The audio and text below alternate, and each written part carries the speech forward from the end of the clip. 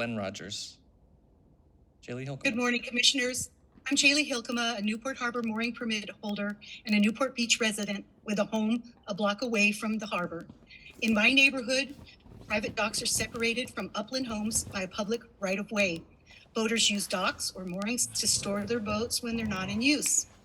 Most paid private parties to obtain permits, and we pay fees to the city for our private use of the public tidelands. We are like users, but the city's management of us has been unfair and classist. Mooring permit holders are overcharged, highly regulated, and treated like second-class boaters, while those with residential pier permits enjoy the comfort of permit stability and the luxury of financial favoritism. The rate and regulatory disparity is irrefutable.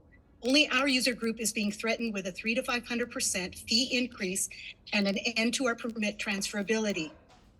It appears that the city wants our mooring so it can charge much higher fees for its short-term mooring license product.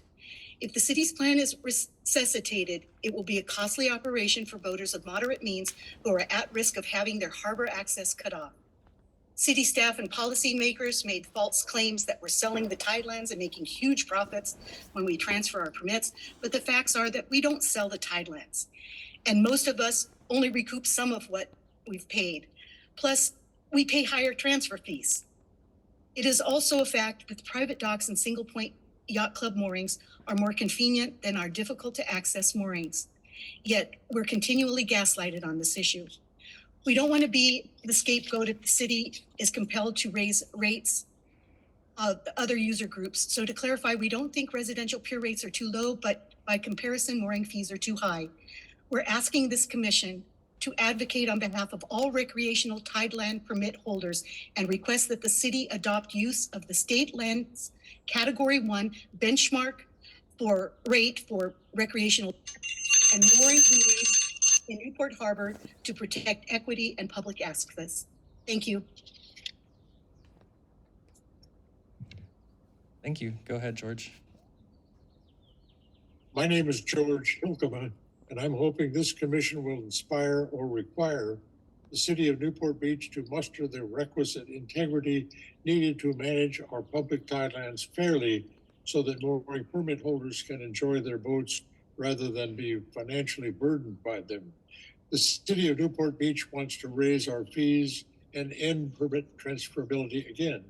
I've been a board member of the Newport Mooring Association for 35 years, and I've spent countless hours on these same issues during my 50s, 60s, 70s, and 80s.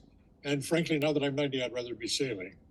I've worked on committees with Duffy and Brad Avery, both past harbor commissioners, council members, and mayors to resolve mooring-related concerns, including a scrutinized focus on transferability.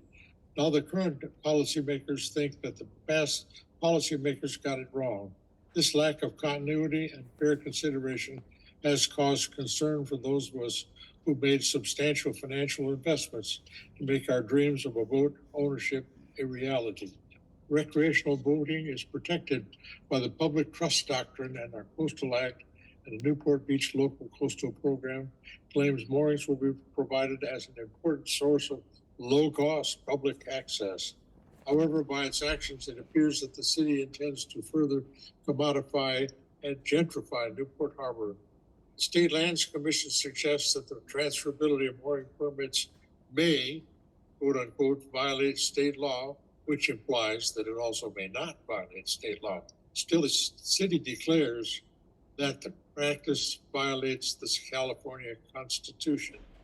The city regulated the mooring permit transfer process and even participated in it.